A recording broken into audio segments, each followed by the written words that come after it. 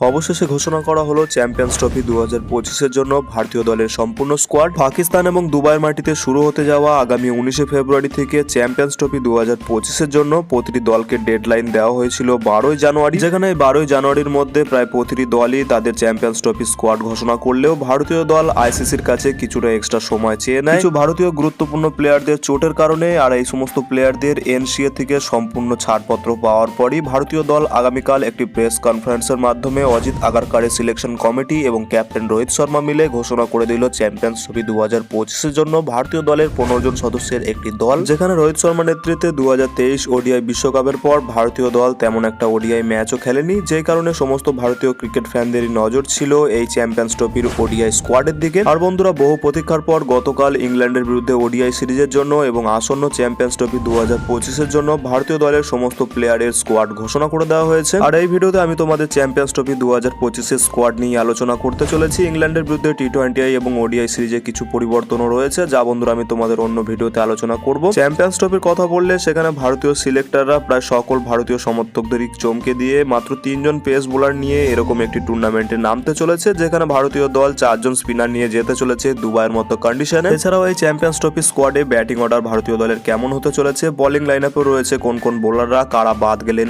এই স্কোয়াড থেকে, সম্পূর্ণটাই আমি তোমাদের এই ভিডিওতে জানাতে চলেছি। তাই বন্ধুরা, অবশ্যই ভিডিওটিকে স্কিপ না করে শেষ পর্যন্ত দেখতে থাকো। ক্রিকেট রিলেটেড এই ধরনের সমস্ত রকমের জেনুইন আপডেট বাংলায় সবার আগে এই চ্যানেলে পাওয়ার জন্য অবশ্যই চ্যানেলটিকে এখনই সাবস্ক্রাইব করে পাশের অল নোটিফিকেশনটিকে অন করে রাখো। গতকাল 18ই জানুয়ারি ভারতীয় দলের চ্যাম্পিয়ন্স ট্রফি স্কোয়াড ঘোষণার জন্য যে প্রেস কনফারেন্স হওয়ার কথা ছিল দুপুর 12:30 থেকে, তা অনেকটাই ডিলে হওয়ার পর বিকেল 3টে নাগাদ ঘোষণা করা হয় ভারতীয় দলের স্কোয়াড, যেখানে জানা যায় লাস্ট মোমেন্টেও বহু পরিবর্তন করা হয়েছে ভারতীয় দলে। এছাড়াও দল ঘোষণার আগে লাস্ট মোমেন্টে ক্যাপ্টেন এবং সিলেক্টরদের মধ্যে আলোচনা হয় সমস্ত প্লেয়ারদের অ্যাভেলেবিলিটি নিয়ে, যার পরই ফাইনালি ঘোষণা করা হয় ভারতীয় দলের 15 জন সদস্যের চ্যাম্পিয়ন্স ট্রফি স্কোয়াড, যেখানে ভারতীয় দলের ক্যাপ্টেন থাকতে চলেছে আগামী এই টুর্নামেন্টও রোহিত শর্মা। রেড বলে রোহিত শর্মার ফর্ম নিয়ে বহু আলোচনা হলেও সামনের এই হোয়াইট বলের টুর্নামেন্টও রোহিত শর্মাই থাকতে চলেছে ভারতীয় দলের ক্যাপ্টেন। এছাড়াও সিলেক্টররা অনেকেই সারপ্রাইজ করে এই দলের ভাইস ক্যাপ্টেন হিসেবে নিযুক্ত করেছেন সামনের দিনের ফিউচার স্টার মনে করা সেই শুভমান গিলকে। ওপেনিং জুটিতে রোহিত শর্মা এবং শুভমান গিল থাকলেও একজন ব্যাকআপ ওপেনার হিসেবে চ্যাম্পিয়ন্স ট্রফির জন্য ইয়াসেসবি জয়সওয়ালকেও সিলেক্ট করা হয়েছে। এছাড়া মিডল অর্ডার ব্যাটার্স রূপে রাখা হয়েছে বিরাট কোহলি এবং শ্রেয়স আইয়ারকে। এছাড়া ভারতীয় দলের চ্যাম্পিয়ন্স ট্রফি স্কোয়াডে 2 জন উইকেট কিপার রয়েছেন, যেখানে বন্ধুরা জানা যাচ্ছে মেন উইকেট কিপার হিসেবে স্কোয়াডে রয়েছেন কেএল রাহুল, যার সাথে রয়েছেন বাঁহাতি ঋষভ পান্ত। বন্ধুরা, ওডিআই বিশ্বকাপ 2023-এর মতোই অনেকটা একই ব্যাটিং অর্ডার নিয়ে নামতে চলেছে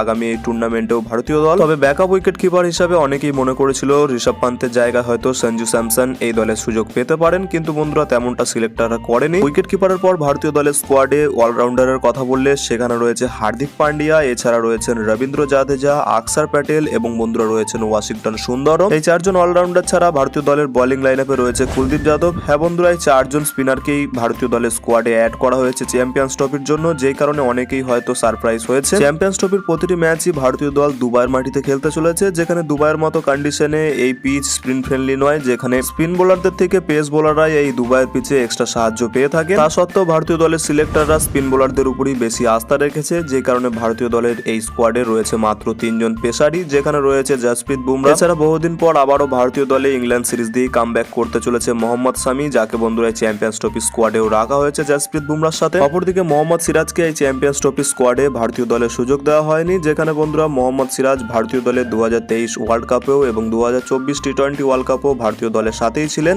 বর্তমানে মোহাম্মদ সিরাজের পুরনো বলের পারফরমেন্স নিয়ে ভারতীয় দলের সিলেক্টররা এবং ক্যাপ্টেন তেমন একটা সন্তুষ্ট নয়, যে কারণে মোহাম্মদ সিরাজের পরিবর্তে এই দলের সুযোগ দেওয়া হয়েছে বর্তমানে টি20তে ভালো পারফরমেন্স করা সেই আর্শদীপ সিংকে। কিছুটা এমনই ফাইনাল 15 জনের স্কোয়াড নিয়ে ভারতীয় দল যেতে চলেছে দুবাইয়ের মাটিতে চ্যাম্পিয়ন্স ট্রফি 2025 খেলার জন্য। বন্ধুরা, তোমাদের কি মনে হয় এই 15 জনের স্কোয়াড নিয়ে ভারতীয় দল কতটা এগোতে পারবে? চ্যাম্পিয়ন্স ট্রফিতে কেমন ফলাফল করতে চলেছে ভারতীয় দল? তোমাদের মতামত ভিডিওর নিচে কমেন্ট সেকশনে অবশ্যই জানাও। ভিডিওটি ভালো লাগলে ভিডিওটিকে একটি লাইক করে আমাদের সঙ্গে জুড়ে থাকুন।